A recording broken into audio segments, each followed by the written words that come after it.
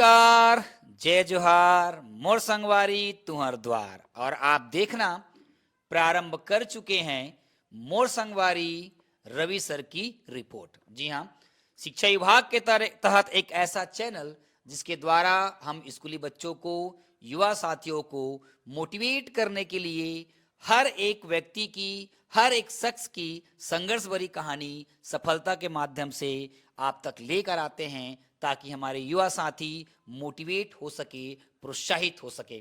आज के इस सेशन में, आज हमारे इस स्टूडियो में 2019 बैच में चयनित व्याख्याता और स्पेशल विशेषज्ञ मैं बात करूंगा सब्जेक्ट की मैथमेटिक्स में। हमारे बीच, हमारे इस स्टूडियो में श्रीमती दानेश्वरी साहू जी हैं, जो कि मैथ्स के विशेषज्ञ हैं, मैथ्स के लेक्चरार हैं। आज तमाम उनकी संघर्ष भरी कहानी, एक संघर्ष भरी कहानी जो है सफलता के माध्यम से आज हम जो है आप लोगों के बीच लेकर आ रहे हैं। आपको बताना चाहूँगा कि शिक्षा विभाग के अंतर्गत आप देखे होंगे या जानते होंगे कि सहायक शिक्षक होता है, और सहायक शिक्षक जिसको हम लोग वर्ग 3 का दर्जा देते हैं, इसके तहत जो है कक्षा 1 से 5वीं तक के क्लास आते हैं। ठीक उसी प्रकार शिक्षक आता है, और शिक्षक को हम लोग जनरली बोलते हैं वर्ग 2 की श्रेणी में इसको लेते हैं, और इसके तहत 6वीं से लेकर जो है 8वीं तक के बच्चों को पढ़ाया जाता है। ठीक उसी प्रकार कक्षा 9वीं से लेकर 12वीं तक, जिसको हम लोग हाई स्कूल और हायर सेकेंडरी स्कूल का दर्जा देते हैं, जिसको वर्ग 1 की श्रेणी में गिना जाता है। तो जहाँ पे 9वीं से 12वीं तक की पढ़ाई होती है, उसी कड़ी में आज मैं आप लोग को बताना चाह रहा हूँ कि 2019 बैच में चयनित हुई है, हमारे बीच यहाँ बैठे हुए हैं। आज उनकी तैयारियों के संबंध में जानना चाहेंगे, उसकी संघर्ष क्या थी, वो उनकी जो ड्रीम प्रोजेक्ट थी शिक्षिका बनने की, वो शिक्षिका कैसे बनी, क्या क्या तैयारी करना पड़ा, क्या तमाम वो चीज़ है, उसके बारे में आज जानेंगे। बताया जाता है कि दानेश्वरी साहू जी जो है 2015 बैच के हैं, और 2015 बैच में वो मैथमेटिक्स में एमएससी पास आउट हैं। ऐसा ही बताया जाता है कि उनकी जो जनरी थी काफ़ी अलग प्रकार की थी। 2013 में उनकी विवाह हुआ, उसके बाद 2015 में उसने एक बच्चे को जन्म दिया। उसके बाद फिर लगातार जो है घर की स्थिति, घर की पारिवारिक परिवेश को निर्वहन करते हुए, जिम्मेदारियों को निर्वहन करते हुए आज इस मुकाम पर पहुंची है। साथ ही साथ बताया जाता है कि ये मिसाल है उन संघर्षमयी महिलाओं के लिए जो कहते हैं कि जिम्मेदारियों और परिवार की जिम्मेदारियों के बीच रहकर जो है ये सफल नहीं हो पाते हैं, या सफलता के शिखर पर नहीं जा पाते। उन सभी के लिए वो मिसाल है। तो सबसे पहले मोर संगवारी चैनल में आपका स्वागत है, अभिनंदन है। सबसे पहले हम आपका नाम और एक परिचय जानना चाहेंगे। नमस्कार सर जी, मोर संगवारी टीम को बहुत बहुत धन्यवाद। मैं दानेश्वरी साहू, मैं अभी शासकीय हाई स्कूल हेमलकोड़ो विकासखंड अम्बागढ़ चौकी में व्याख्याता के पद में नियुक्त हूँ मैथ्स सब्जेक्ट में। प्रारंभिक पढ़ाई बेरला से माना जाता है, आप बेरला के रहने वाली है। शादी के पहले आपके मन में ऐसे क्या विचार आया, आपके जुनून कैसा था पढ़ाई के प्रति, है ना? आपका ड्रीम प्रोजेक्ट था कि शिक्षिका बनना है, अपने लिए, अपने परिवार के लिए, बच्चों के लिए। इसके बारे में बताओ, सफर कैसा रहा, तैयारी आपने किस तरह से प्रारंभ की और यहाँ तक पहुँचे? क्योंकि परिवार में रहते हुए आप अलग अलग वर्षों में इसकी तैयारी आपने किया है, और ठीक कोरोना काल समाप्त होने के बाद आपकी पोस्टिंग हुई है, इसके बारे में थोड़ा बताएंगे। सर एक्चुअल में मैं गांव से हूँ, मतलब मेरा मायका गांव है, तो मैं गांव के स्कूल से ही पढ़ाई की हूँ। प्राथमिक शिक्षा गांव के ही प्राथमिक स्कूल से ली हूँ। उसके बाद मिडिल और हाई स्कूल बाजू वाले गांव में जाते थे। फिर हायर सेकेंडरी के लिए हम लोग गर्ल्स स्कूल बेरला से मतलब पढ़ाई की हूँ। उसके बाद मेरा ग्रेजुएशन भी बेरला कॉलेज से ही हुआ है। उसके बाद मेरी शादी हो गई 2013 में। फिर पोस्ट ग्रेजुएशन मैं साइंस कॉलेज दुर्ग से की हूँ, और उसके बाद पीजीडी से बीएड की हूँ, उसके बाद पीजीडी से की।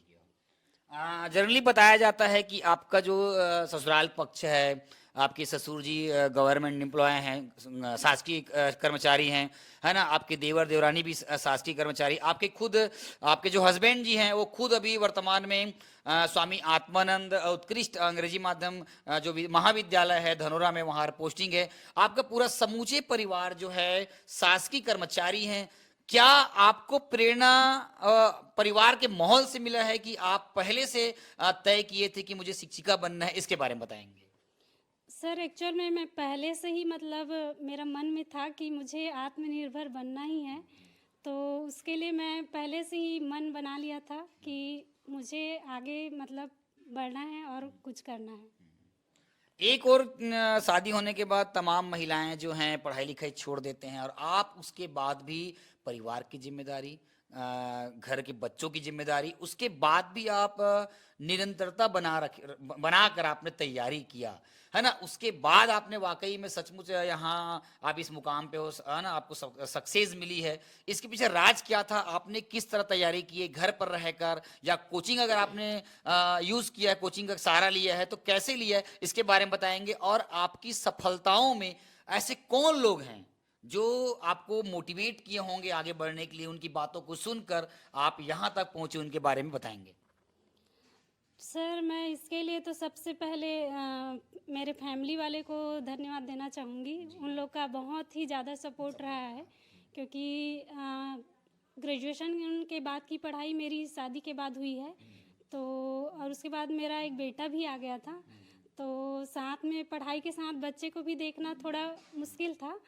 तो उसमें फैमिली वालों ने बहुत ही सपोर्ट किया, और ख़ासकर मेरे हस्बैंड बहुत ही सपोर्टिव हैं जी। अच्छा, आप कोचिंग के बारे में बताया, आप कोचिंग भी किए हैं। बताया जाता है कि आप रावत ट्यूटोरियल्स में पढ़ाई करते हुए आपको देखा गया था, है ना, तो वहाँ के टीचिंग स्टाफ से कैसा सपोर्ट मिला आपको? आ, मैं जो है बीएड करने के बाद रावत ट्यूटोरियल दुर्ग ज्वाइन की थी। तो वहाँ पे सारे टीचर्स बहुत ही अच्छा पढ़ाते थे, तो उनसे भी मैं बहुत प्रेरित हुई। रावत सर हैं, रवि साहू सर हैं, जयंत सर हैं, परमेश्वर सर हैं, मतलब बहुत ही अच्छा पढ़ाते थे। तो मैं बहुत लोगों को सजेस्ट भी की हूँ वहाँ जाएं और पढ़ें सर लोगों से।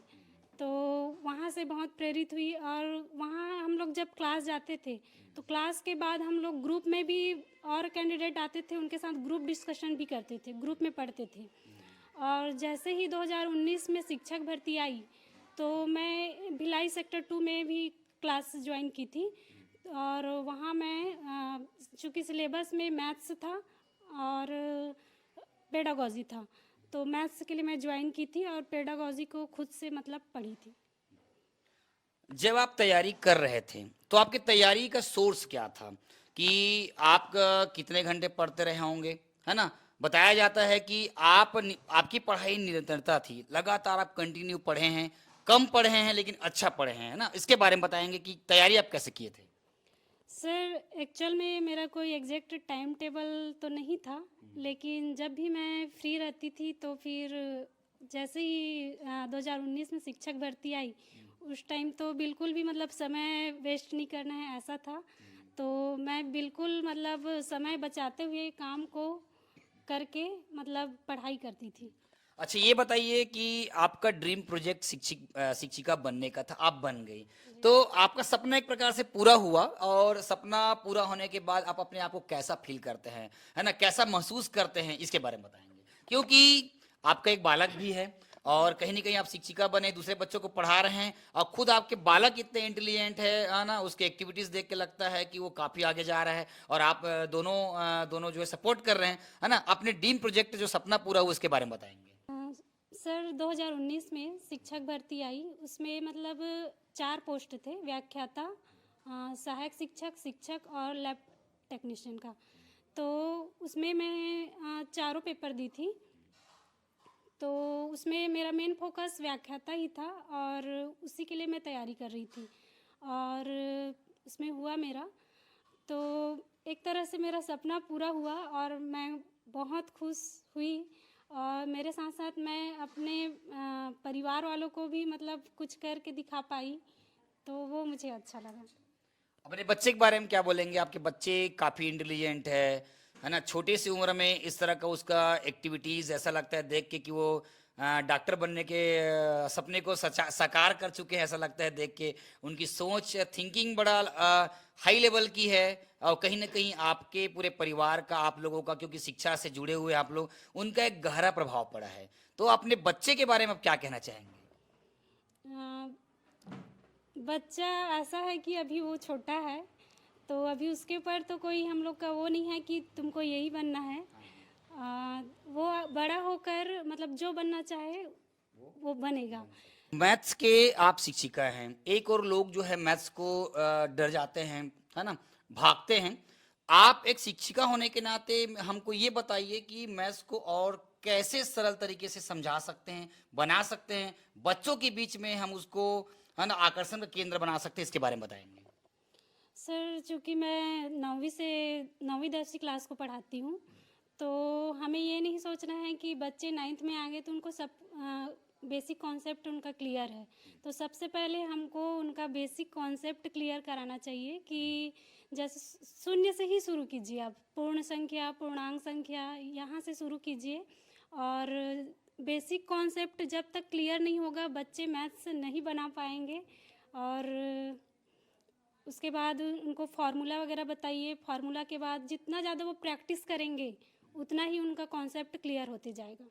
मतलब एक तरह से बोल सकते हैं कि मैथ्स में कॉन्सेप्ट, फार्मूला और प्रैक्टिस, ये तीन अहम कड़ी हैं। अगर तीनों को अगर एक साथ समायोजन किया जाए तो मुझे लगता है कि आई थिंक मैथ्स के पीछे आप पढ़कर आप अच्छे से तैयारी कर सकते हैं और अच्छे मार्क्स भी ला सकते हैं। और अभी वर्तमान में सीजीपीएससी, व्यापम या शिक्षक भर्ती हो, उनकी तैयारी कर रहे हैं हमारे जो युवा साथी हैं, उन युवा साथियों को उनके तैयारियों के संबंध में आप क्या कहना चाहेंगे कि किस तरह तैयारी करें, इसके बारे में बताएंगे? युवा अभ्यर्थियों को मैं यही संदेश देना चाहती हूँ कि सफलता एक दिन में नहीं मिलती है, लेकिन एक दिन जरूर मिलती है। Thank you. आपने मोर संगवारी टीम को अपनी जो संघर्ष में बातें जो आपने बताए हैं, निश्चित रूप से युवाओं के लिए आप प्रेरणा स्रोत होंगे। आपने मोर संगवारी टीम को अपना बहुमूल्य समय दिया, उसके लिए बहुत बहुत धन्यवाद।